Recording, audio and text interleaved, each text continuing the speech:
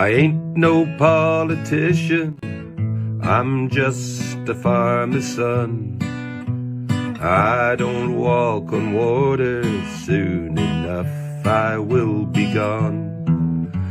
I know my dear old grandma should sleep warm in her bed, and I know there's 68 million people, and they all need to be fed. That's in Britain. So don't kick a farmer if you like butter on your toast. And don't kick a farmer if you enjoy your Sunday roast. Don't kick a farmer if you like a whiskey or a beer. And don't kick a farmer if you want milk in your tea.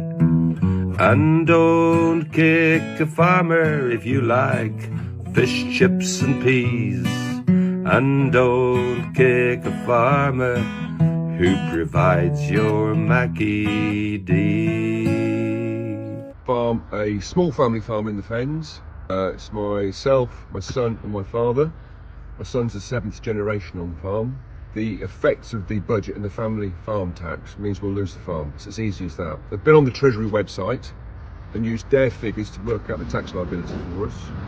Bearing in mind this is the smallest farm locally, we have an inheritance tax liability of £600,000. That's unsustainable for us. Our business model won't pay £600,000. We don't have that lying around. My neighbouring farms are double and triple the size of us, so their liability is even bigger. None of the local farms can stand this. So they're all working farms, they're not investment farms. So the bottom line is we lose the farm. Why I'm really annoyed, Labour were asked pre-election, post-election, pre-budget, were they going to introduce this new tax, and they said they weren't. And they've introduced the new tax, which finishes our business. It also affects other small businesses. As well as agricultural property relief, you've got business property relief, which is all inherited businesses. All small inherited businesses are affected by this. They're all ruined overnight.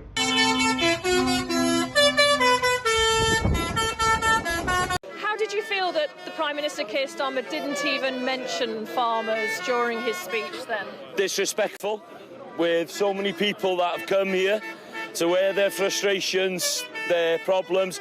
He had an opportunity to come out and address the crowd. You know, even if he was booed, he should have been man enough to come out here and talk to the people.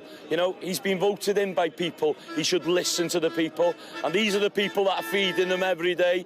It's so frustrating that he's run out the back door like a flipping rat. People here have come here to talk to him. They've come here to address their frustrations, and he didn't even have the guts to come and just address them. It didn't have to be a big talk. He could have just come here and said, we're listening, we're here for you. No, he shot out the back door with his security, and he's gone back to his London hideout instead of facing up to the people and making sure that we know what's been said and what's been done.